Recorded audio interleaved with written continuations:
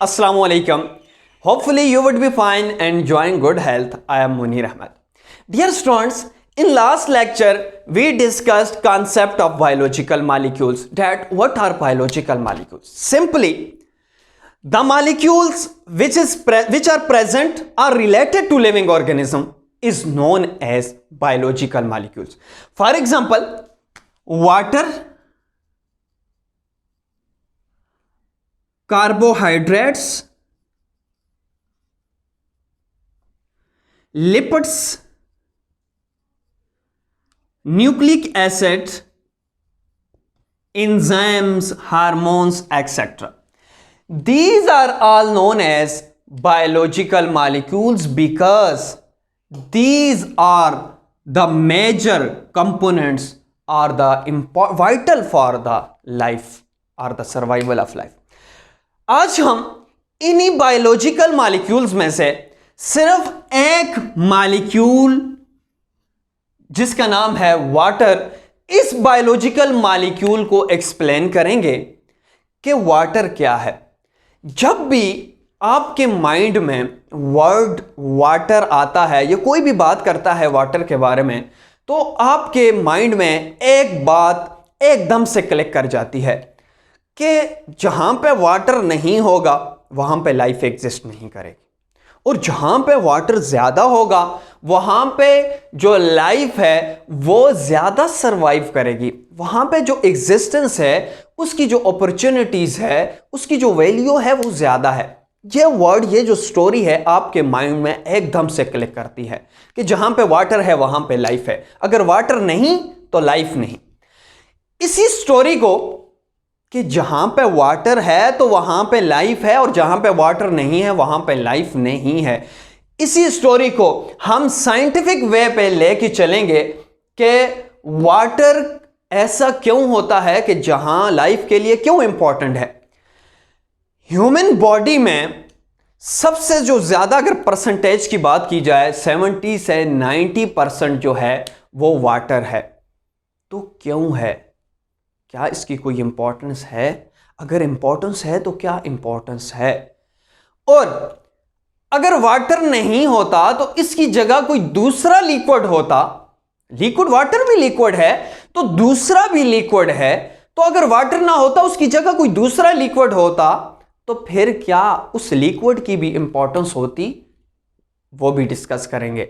लेकिन यहां पे एक बात मैं ये कहूं कि वाटर की ऐसी प्रॉपर्टीज हैं, ऐसी यूनिक प्रॉपर्टीज हैं जो दूसरे लिक्विड से नहीं मिलती, और यही वजह है कि वाटर सबसे ज्यादा है और इंपॉर्टेंट और वाइटल है for the survival of life. इसके अलावा हम वाटर की साइंटिफिक स्टडी को नाम देंगे कि वाटर की साइंटिफिक जो स्टडी है उसको हम क्या कहते हैं। इसके अलावा फिर हम परसेंटेज की बात करेंगे कि ह्यूमंस में कितनी ह्यूमंस बॉडी के सेल्स में कितनी परसेंटेज है और अर्थ पर वाटर कितना है। फिर उसके बाद हम कुछ बेसिक कॉन्सेप्ट्स के बारे में डिस्कस करेंगे कि वाटर को इनऑर्गेनिक क्यों कहा जाता है, पोलर क्यों कहा जाता है। मोस्टली स्टूडेंट्स इस पोलर में कंफ्यूज होते हैं कि ये वाटर को पोलर क्यों कहा जाता है, वो रटा लगा देते हैं, बस ठीक है जी पोलर है। तो पोलर क्यों है? असल में इस पोलरिटी की वजह से वाटर की बहुत ज्यादा इंपॉर्टेंस है। अब फिर वाटर को, एक ड्रॉप ऑफ वाटर में कितने मॉलिक्यूल्स होंगे H2O के, वो भी डिस्कस करेंगे। फिर वाटर को कंपाउंड कहा जाता है, तो वाटर को कंपाउंड क्यों कहा जाता है, क्या कंपाउंड की डिफिनीशन पे वाटर की कैरेक्टरिस्टिक्स को हम अप्लाई कर सकते हैं, तो फिर तभी हम उसे क्या कहेंगे, कंपाउंड कहेंगे। लेकिन इससे पहले अगर ये चैनल आपने सब्सक्राइब नहीं किया हुआ, इस चैनल को सब्सक्राइब भी कीजिए और मैक्सिमम फ्रेंड्स से शेयर्स भी कीजिए। इससे प्रीवियस लेक्चर में जब हमने difference percentage in biological molecules की कंपोजिशन में डिफरेंस प्रोकैरियोटिक यानी बैक्टीरिया सेल में और मेमेलियन सेल में हमने डिफरेंशिएट किया था कि वाटर इतने परसेंट है बैक्टीरिया सेल में और मेमेलियन सेल में इतने परसेंट है, और प्रीवियस लेक्चर से रिलेटेड एक ईटा एमसीक्यूज भी आ चुका था। हमने प्रीवियस लेक्चर में उस ईटा एमसीक्यूज को एक्सप्लेन भी डिटेल से किया था। आज के इस लेक्चर से भी रिलेटेड जितने भी ईटा एमडी कैट रिलेटेड एमसीक्यूज होंगे उनको भी हाईलाइट करेंगे ताकि आप इजीली एग्जाम को पास कर सके। अब आते हैं अपने टॉपिक की तरफ कि वाटर है क्या चीज। वाटर को प्रॉपर डिफाइन करते हैं। वाटर है क्या? वाटर इज कलरलेस है, इसका कलर नहीं है। इनऑर्गेनिक केमिकल सब्सटेंस, हम देखेंगे कि इनऑर्गेनिक का क्या मतलब है। Chemical substance that is essential for the survival of life. ये वो सब्सटेंस है, केमिकल सब्सटेंस है जो कलरलेस है, इनऑर्गेनिक है, पोलर है और इसेंशियल कहते हैं कि लाजम है, इसके बिना पॉसिबिलिटी नहीं है, वाइटल है for the survival of life. अगर इसेंशियल से बेटर वर्ड में लिखूं तो यहां पे मैं वाइटल लिख लूं। वाइटल का यह मतलब होता है कि इस बिना पॉसिबिलिटी ही नहीं है। अब essential of the survival of life. अब फिर क्वेश्चन है कि वाटर की जो साइंटिफिक स्टडी होगी, जैसे ह्यूमन की साइंटिफिक स्टडी एंथ्रोपोलॉजी कहते हैं, एनिमल की साइंटिफिक स्टडी को जूलॉजी कहते हैं, जो प्लांट्स की साइंटिफिक स्टडी है उसको बॉटनी कहते हैं। इसी तरह हम वाटर की अगर साइंटिफिक स्टडी करते हैं तो वाटर की साइंटिफिक स्टडी कहलाती है हाइड्रोलॉजी। इंपॉर्टेंट है ईटा एमडी कैट टेस्ट के लिए, इंटरव्यूज के लिए, the scientific study of water is known as hydrology. ये आपने इस पॉइंट को हाईलाइट करना है, हाइड्रोलॉजी क्या है। अब इसकी परसेंटेज की बात करते हैं कि कितनी परसेंटेज है, लेकिन उससे पहले एक इंपॉर्टेंट पॉइंट है कि लाइफ की एग्जिस्टेंस इम्पॉसिबल है वाटर के बिना। There is no existence without water, there is no existence of life. Life की एग्जिस्टेंस पॉसिबल ही नहीं है वाटर के बिना। इसकी क्या वजह है? क्योंकि वाटर वाइटल है और वाटर बॉडी के अंदर जितने भी रिएक्शंस होते हैं, जितने भी प्रोसेस होते हैं, जितने भी कंपोनेंट्स हैं, उन सब को वाटर की रिक्वायरमेंट है। अगर वाटर ना हो तो ये केमिकल प्रोसेस ना हो, मेटाबॉलिज्म ना हो, जितने भी वाइटल प्रोसेस हैं, ग्रोथ ना हो, रिप्रोडक्शन ना हो, जितने भी प्रोसेस हैं, तो क्या होगा? लाइफ एग्जिस्ट नहीं करेगी। Allah almighty created all living organism from water. हमारे रब ने वाटर को ऐसी पिक्यूलर करैक्टरिस्टिक्स दी हुई हैं, ऐसी पार्टिकुलर करैक्टरिस्टिक्स दी हुई हैं, और फिर हर लिविंग ऑर्गेनिज्म को वाटर से ही क्रिएट किया है, वाटर ही से बनाया है। 70% of the surface made from water. 70% of the earth surface, अगर हम एज अ होल अर्थ को देखें तो अर्थ में सिर्फ तकरीबन 30% जो है वो ड्राई लैंड है, बाकी 70% आपको क्या है? वाटर नजर आता है। अब लिविंग बॉडी की बात करते हैं। The body of living organism contain 70 to 90% water. यह भी मोस्ट इंपॉर्टेंट है, इसको भी आपने स्टार मार्क करना है एमसीक्यूज के लिए, कि ह्यूमन बॉडी में कितने परसेंटेज जो है वो वाटर पाया जाता है। अब बॉडी के अंदर जिस जगह पे ज्यादा रिएक्शंस होते हैं, फॉर एग्जांपल ब्रेन में एक सेकंड में थाउजेंड्स ऑफ रिएक्शंस होते हैं, तो वहां पे वाटर की सबसे ज्यादा परसेंटेज होती है। बोन्स में कम होते हैं, तो बोन्स में अप्रोक्सीमेटली 20% वाटर है। और ब्रेन की अगर बात की जाए, अगर इस पॉइंट को मैं यूं एक्सप्लेन करूं, ब्रेन में 80% जो इसके सेल्स की कंपोजिशन में वाटर होता है। क्यों? यहां पे एक सेकंड में कई थाउजेंड्स रिएक्शंस हो रहे होते हैं। अगर हम बोन्स की बात करें, बोन सेल्स की बात करें, या बोन्स में अप्रोक्सीमेटली 20 सेल्स। इस बात का मेरा यह मतलब है कि जहां पे रिएक्शन ज्यादा होते हैं, जहां पे प्रोसेसेस ज्यादा होते हैं, जिन सेल्स में, जिन बॉडी पार्ट्स में, उनमें वाटर की अमाउंट भी ज्यादा है, क्योंकि वाटर मोस्ट इंपॉर्टेंट है, उन रिएक्शंस को मीडियम प्रोवाइड करता है। यह बात आपने याद करनी है, क्योंकि water is the medium of life. ये मीडियम है लाइफ का। इसके बाद अब वाटर की ये कैरेक्टरिस्टिक्स है कि जनरली ये सॉलिड फॉर्म में भी रहता है, in the form of ice. आपने देखा होगा वाटर क्या है, सॉलिड फॉर्म में भी होता है, जो हम फ्रीज करते हैं बर्फ बनती है, आइस फॉर्म में भी होता है। इसके अलावा ये लिक्विड पार्ट में भी होता है, जैसे पानी है लिक्विड पार्ट में भी है। इसके अलावा वाटर स्टेट, जो मैटर की स्टेट थर्ड है गैस, उसमें भी एक्सटेंड करता है, जिसको हम स्टीम कहते हैं। For example water freeze form में, आइस फॉर्म में भी है, इसकी भी बहुत इंपॉर्टेंस है। वाटर जब जो टेम्परेचर लो होता है तो लो होने के रिजल्ट में अब जितने भी सीज हैं जहां पे टेम्परेचर माइनस पे जाता है, उसके ऊपर जो ये जो वाटर है ये आइस बन जाता है और नीचे का टेम्परेचर मेंटेन रहता है। अब वाटर का आइस बनना भी मोस्ट इंपॉर्टेंट है, ये इसकी कैरेक्टरिस्टिक्स है। ये वो मैटर है जो सॉलिड फॉर्म में भी रहता है, इसके अलावा लिक्विड फॉर्म में भी होता है, एंड गैस स्टीम भी बन सकता है, जिसको हम बुखारात कहते हैं। जब पानी हम बॉयल करें, बॉयल करने के रिजल्ट में जब उससे भाप बनकर उड़ती है, स्टीम बन के बुखारात बन के उड़ते हैं, इवेपोरेशन होती है, उसको हम गैस को हम क्या कहते हैं, स्टीम कहते हैं। इसके बाद नेक्स्ट अगर देखा जाए इसका केमिकल फार्मूला, वाटर का जो केमिकल फार्मूला है वो है H2O, इसका केमिकल फार्मूला है।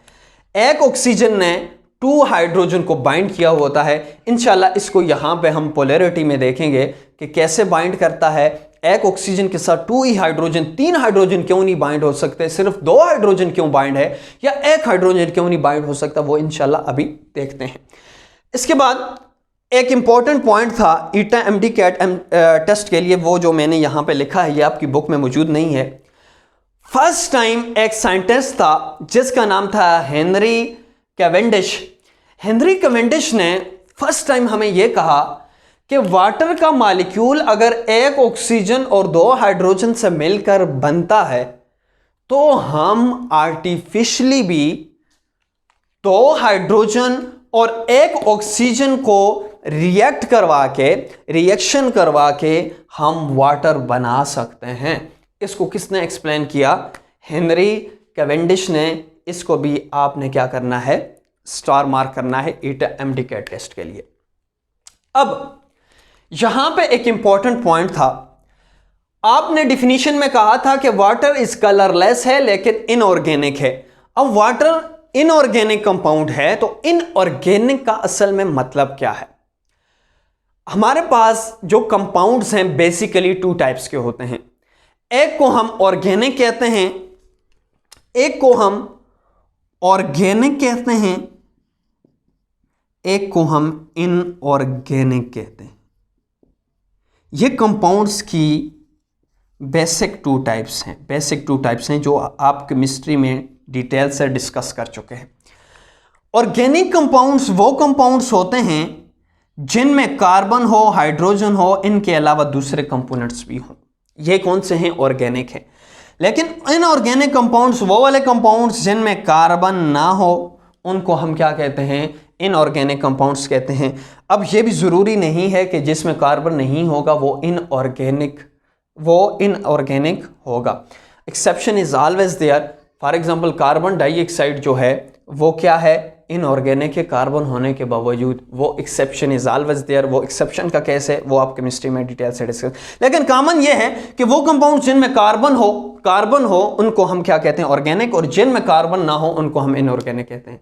अगर आप वाटर को देखें तो वाटर का जो मॉलिक्यूल है उसको हम लिखें तो उसका फार्मूला है H2O।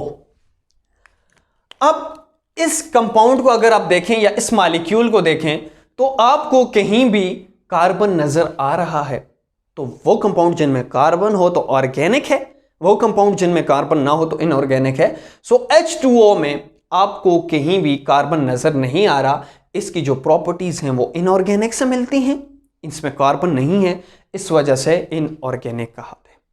अब यहां से आगे एक इंपॉर्टेंट कॉन्सेप्ट है जो मैंने मोस्टली देखा है कि स्टूडेंट्स इसको रट्टा लगा लेते हैं लेकिन समझते नहीं है कि पोलर का क्या मतलब है, कि वाटर पोलर है और यही पोलैरिटी की जो प्रॉपर्टी है, ये जो कॉन्सेप्ट है, यही वाटर को इंपॉर्टेंट बनाता है, यही लाइफ में सेल्स के अंदर रिएक्शन करवाता है।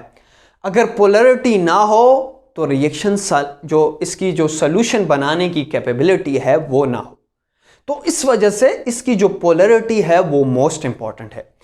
अब समझते हैं कि वाटर को पोलर क्यों कहा जाता है, नॉन पोलर क्यों नहीं कहा जाता। अब यहां पे समझना है कि पोलर है क्या चीज। अगर हम वाटर के मॉलिक्यूल का स्ट्रक्चर फॉर्मूला देखें या मॉलिक्यूल देखें, तो वाटर में मॉलिक्यूल में एक ऑक्सीजन और 2 हाइड्रोजन होते हैं। एक ऑक्सीजन ने, ये जो मैंने येलो से अपीयर किया है यहां पे, एक ऑक्सीजन ने 2 हाइड्रोजन को बाइंड किया हुआ होता है।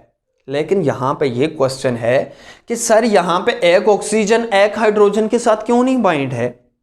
क्या एक ऑक्सीजन 4 हाइड्रोजन के साथ क्यों नहीं बाइंड हो सकती? इंपॉर्टेंट कंसेप्चुअल पॉइंट है। अब हमेशा 2 एटम्स तब बॉन्ड बनाते हैं जब वो अनस्टेबल हों, जब उनकी वैलेंसी कंप्लीट ना हो।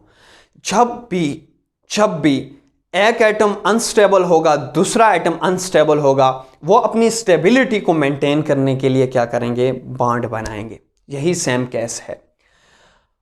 ऑक्सीजन को 2 इलेक्ट्रॉन्स चाहिए अपनी वैलेंसी को, अपने आप को स्टेबल बनाने के लिए।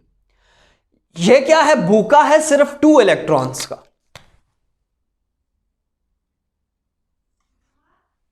कौन? ऑक्सीजन 2 इलेक्ट्रॉन्स का भूखा है। अब हाइड्रोजन को 1 इलेक्ट्रॉन चाहिए ताकि उसकी भी भूख खत्म हो जाए। सो इसकी भूख के लिए 1 इलेक्ट्रॉन चाहिए। अब दूसरा हाइड्रोजन है तो जाहिर है एक हाइड्रोजन को 1 इलेक्ट्रॉन चाहिए, तो दूसरे हाइड्रोजन को भी 1 ही चाहिए होगा, लाजमी बात है। अब यहां पे क्या होता है? 1 इलेक्ट्रॉन ये इसके साथ शेयर कर लेता है, इसको 1 इलेक्ट्रॉन चाहिए था, इसके साथ शेयर करने के रिजल्ट में यूं होगा,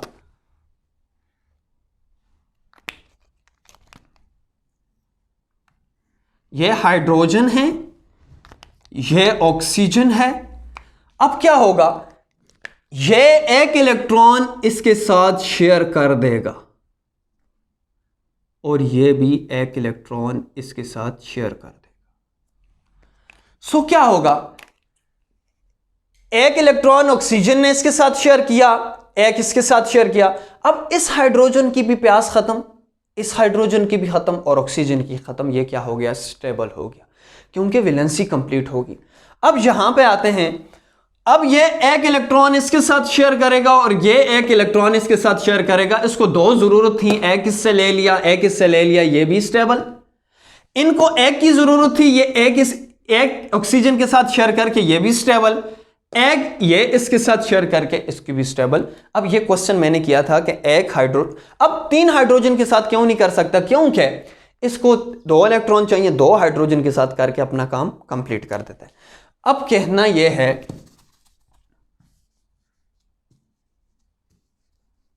ये पोलर क्या है? जब भी बॉन्ड बनता है, इस केस में कोवेलेंट बॉन्ड बना है, और कोवेलेंट बॉन्ड कैसे बनता है आपको पता है, शेयरिंग से बनता है। इलेक्ट्रॉन की शेयरिंग से कोवेलेंट बॉन्ड बनता है। अब आपको पता होना चाहिए कि एटम्स या एलिमेंट्स की एक कैरेक्टरिस्टिक्स होती है जिसको हम इलेक्ट्रोनेगेटिविटी कहते हैं। असल में इलेक्ट्रोनेगेटिविटी क्या है? जब भी बॉन्ड बनते हैं, फॉर एग्जांपल ये एक एटम है, ये दूसरा एटम है, जब इन दोनों के दरमियान बॉन्ड बनेगा तो इलेक्ट्रोनेगेटिविटी क्या है? इस एलिमेंट की या इस एलिमेंट की या एटम की वो कैरेक्टरिस्टिक्स, इस एटम की वो एबिलिटी जो बॉन्डिंग इलेक्ट्रॉन को अपनी तरफ खींचे, इस कैरेक्टर को, इस एबिलिटी को हम इलेक्ट्रोनेगेटिविटी कहते हैं। फॉर एग्जांपल, इस ऑक्सीजन की ये जो बॉन्डिंग इलेक्ट्रॉन हैं, जो हाइड्रोजन के साथ हैं, इनको खींचने की, अट्रैक्ट करने की जो एबिलिटी है, इसको हम इलेक्ट्रोनेगेटिविटी ऑफ ऑक्सीजन कहेंगे। हाइड्रोजन की इलेक्ट्रोनेगेटिविटी क्या है कि ये जितना जोर लगाएगा ऑक्सीजन के इलेक्ट्रॉन्स को खींचने में, ये हाइड्रोजन की इलेक्ट्रोनेगेटिविटी, सिंपल सी बात है, एटम्स की वो एबिलिटी जो इलेक्ट्रॉन्स को खींचने के लिए लगाता है, उस अट्रैक्शन को असल में, उस एबिलिटी को इलेक्ट्रोनेगेटिविटी कहते हैं। अब इसकी जो खींचने की ताकत है इलेक्ट्रोनेगेटिविटी, और इसकी इलेक्ट्रोनेगेटिविटी डिफरेंट है। ऑक्सीजन की जो इलेक्ट्रोनेगेटिविटी है वो होती है 3.5, ये इसकी इलेक्ट्रोनेगेटिविटी है, जबकि हाइड्रोजन की इलेक्ट्रोनेगेटिविटी है वो होती है 2.1। अब ऑक्सीजन क्या करेगा, बॉन्डिंग इलेक्ट्रॉन को अपनी तरफ ज्यादा खींचेगा, क्योंकि ऑक्सीजन के पास इलेक्ट्रोनेगेटिविटी या ताकत ज्यादा है खींचने की तरफ, जबकि हाइड्रोजन के पास वो भी खींचने की कोशिश करेगा, लेकिन हाइड्रोजन के पास इतनी ज्यादा फोर्स नहीं है कि वो अपनी तरफ खींचे। सो इसकी इलेक्ट्रोनेगेटिविटी कितनी है 3.5, जबकि हाइड्रोजन की कितनी हो गई है 2.5।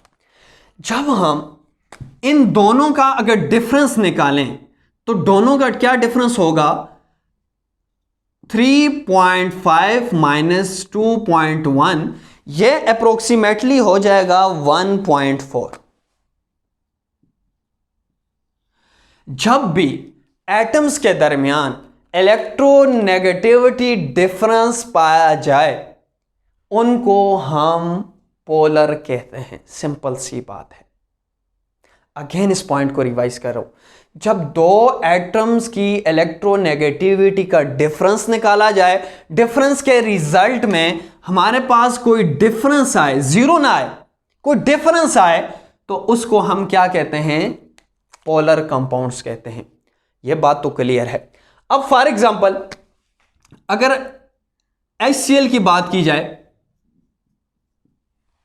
या इसके अलावा NaCl की बात की जाए तो क्या है, अब इसकी इलेक्ट्रोनेगेटिविटी और इसकी इलेक्ट्रोनेगेटिविटी का जो डिफरेंस है वो हमारे पास आता है। इस वजह से एक पे पॉजिटिव चार्ज होगा, एक पे नेगेटिव चार्ज होगा।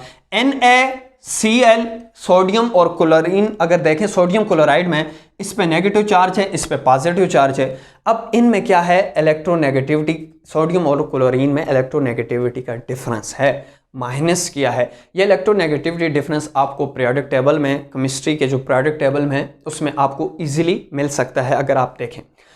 अब ये बात तो समझ आ गई है कि ये पोलर है, लेकिन फिर एक इंपॉर्टेंट कंसेप्ट है। आप बुक में ये पढ़ोगे कि ऑक्सीजन इज पार्शियली नेगेटिव। अब ऑक्सीजन पे नेगेटिव चार्ज है, हाइड्रोजन पे पॉजिटिव चार्ज है, यह बात तो क्लियर है। अब क्योंकि ऑक्सीजन इलेक्ट्रॉन्स को ज्यादा अपनी तरफ खींच के रखता है, ज्यादा खींच के रखता है, इसको हम नेगेटिव कहते हैं। हाइड्रोजन कम खींचता है, मींस कि ज्यादा जो फोर्स है या ज्यादा जो इलेक्ट्रॉन्स करीब हैं या क्लोजर हैं वो ऑक्सीजन के हैं, तो इस वजह से उसको हम नेगेटिव कहते हैं, जबकि हाइड्रोजन को हम पॉजिटिव कहते हैं। लेकिन यहां पे एक इंपॉर्टेंट कंसेप्ट है, हम कहते हैं कि ये पार्शियल पॉजिटिव है। यहां पे अब इंपॉर्टेंट पॉइंट है, हाइड्रोजन जो है वो पार्शियल पॉजिटिव है, पार्शियल, जबकि जो ऑक्सीजन जो है वो पार्शियल नेगेटिव है। अब ये पार्शियल का कंसेप्ट क्या है, ये इंपॉर्टेंट कंसेप्ट है। वैसे नेगेटिव और पॉजिटिव का कंसेप्ट तो क्लियर है। अब पार्शियल क्या, क्यों वर्ड यूज की थी, पार्शियल जुज़वी को कहते हैं। अब पार्शियल इस वजह से कहते हैं कि ऑक्सीजन ने कंप्लीटली हाइड्रोजन बॉन्ड को नहीं लिया हुआ होता। अब ऑक्सीजन ने इसके जो इलेक्ट्रॉन्स हैं उसको अपने क्लोज किए हुए होता है, अपने करीब किए हुए होता है, जबकि हाइड्रोजन से थोड़े से दूर होते हैं। अब क्या हो, हाइड्रोजन के इलेक्ट्रॉन्स इसके करीब होने की वजह से, अपने करीब लाने की वजह से इस वजह से हम कहते हैं कि इसमें कंप्लीटली नहीं है, लेकिन ज्यादा क्लोज होने की वजह से, इलेक्ट्रॉन्स की ज्यादा अट्रैक्शन की वजह से, इलेक्ट्रोनेगेटिविटी के डिफरेंस की वजह से ऑक्सीजन इलेक्ट्रॉन्स को अपने क्लोज कर लेता है और इस वजह से इसको पार्शियली नेगेटिव कहा जाता है। जबकि हाइड्रोजन से इसकी इलेक्ट्रोनेगेटिविटी इतनी नहीं है, अपनी तरफ ज्यादा नहीं खींच सकता, ये कम खींचता है, तो इस वजह से हम इसको कहते हैं कंप्लीटली तो नहीं है लेकिन पार्शियली पॉजिटिव है। क्लियर है? ये मोस्ट इंपॉर्टेंट पॉइंट था। अब यहां पे एक इंपॉर्टेंट पॉइंट है, स्टूडेंट्स ये समझते हैं कि अगर हम एक गिलास में वाटर लें या एक ड्रॉप ले लें, फॉर एग्जांपल ये ड्रॉप ले लिया,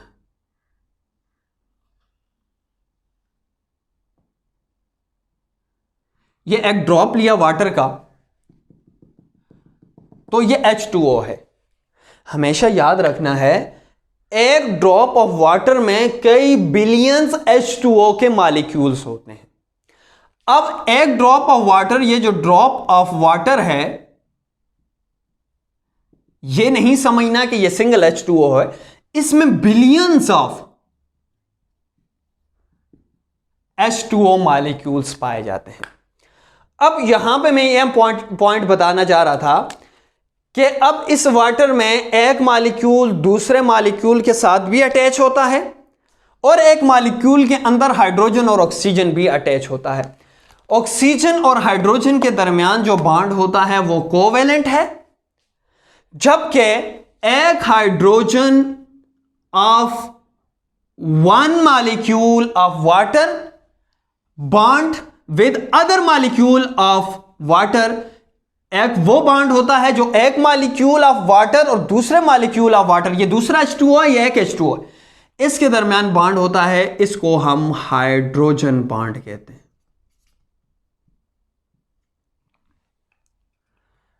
अच्छा, यहां पे एक इंपॉर्टेंट पॉइंट है, टू टर्मिनोलॉजीज यूज होती हैं, एक को हम कहते हैं इंट्रामॉलिक्यूलर और एक को हम कहते हैं इंटरमॉलिक्यूलर।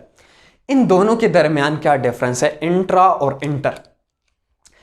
एक ही मॉलिक्यूल, ये वाटर एक ही मॉलिक्यूल, अगर आप ऊपर देखें तो एक ही मॉलिक्यूल के दरमियान ये वाली जो फोर्स है या ये वाला जो बॉन्ड है, इसको हम कहेंगे इंट्रा। एक ही मॉलिक्यूल है, ये फॉर एग्जांपल एक ही मॉलिक्यूल है, इन दोनों के दरमियान जो है वो इंट्रा है। अब इस मॉलिक्यूल और इस मॉलिक्यूल के दरमियान जो अट्रैक्शन है या जो बॉन्डिंग है, जो भी है, इसके लिए हम एक टर्म यूज करते हैं इंटर की। सो इंटर और इंट्रा में क्या डिफरेंस है? इंटर कहते हैं और इंट्रा, इंटर कहते हैं बिटवीन टू, एंड इंट्रा का जो कंसेप्ट है वो यूज होता है विद इन, एक ही में। ये मोस्ट इंपॉर्टेंट टर्मिनोलॉजीज हैं, ये आगे यूज होंगी। अब फिर क्वेश्चन है कि वाटर को हम कंपाउंड कहते हैं तो क्यों कहते हैं? अगर हम कंपाउंड को पहले प्रॉपर डिफाइन करते हैं, फिर कंपाउंड को, वाटर की डिफिनीशन को कंपाउंड पे अप्लाई करते हैं। कंपाउंड क्या है? A pure substance. Pure substance क्या है ये भी मैं एक्सप्लेन करता हूं। जो कंपोज्ड ऑफ टू और more elements combined chemically in fixed ratio, ये कंपाउंड की डिफिनीशन है कि प्योर सब्सटेंस भी हो और कंपोज्ड ऑफ टू और मोर एलिमेंट से भी हो और केमिकली फिक्स्ड रेशियो से मिला हुआ हो। इसका क्या मतलब है? फॉर एग्जांपल ये ड्रॉप ऑफ वाटर लिया, फॉर एग्जांपल ये ले लिया है। अब ड्रॉप ऑफ वाटर में क्या एक ही मॉलिक्यूल होगा? नहीं, बिलियंस ऑफ मॉलिक्यूल्स होंगे वाटर के। For example H2O, H2O, H2O, H2O, H2O, H2O, for example मैंने सिंपली ये लिखा है। अब अगर एक को लिया जाए तो H2O है। अब प्योर सब्सटेंस का क्या मतलब है? प्योर सब्सटेंस कहते हैं होमोजीनियस भी हो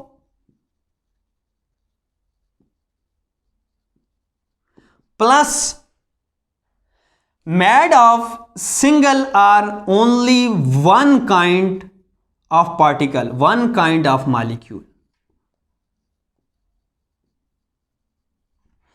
अब प्योर सब्सटेंस के दो पॉइंट्स होते हैं.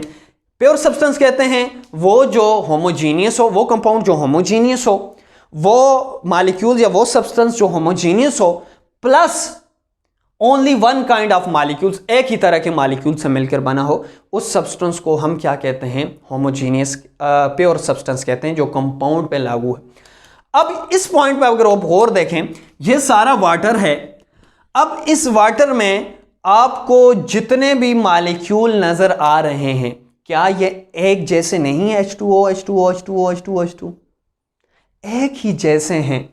इस वजह से इसको हम होमोजीनियस कहते हैं, क्योंकि ये एक ही काइंड H2O से मिलकर बनते हैं और फिक्स्ड रेशो से मिलकर बनते हैं.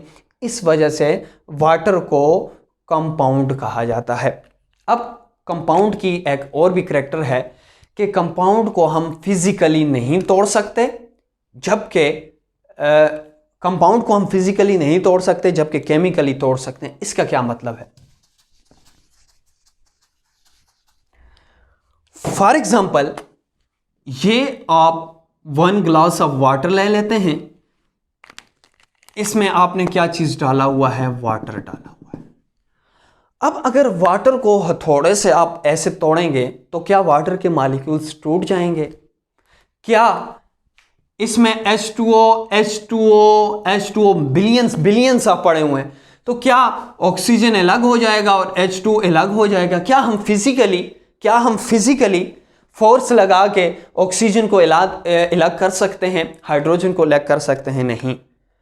वाटर में भी इसी तरह, वाटर में भी H2O को केमिकली ट्रीट करके हम हाइड्रोजन को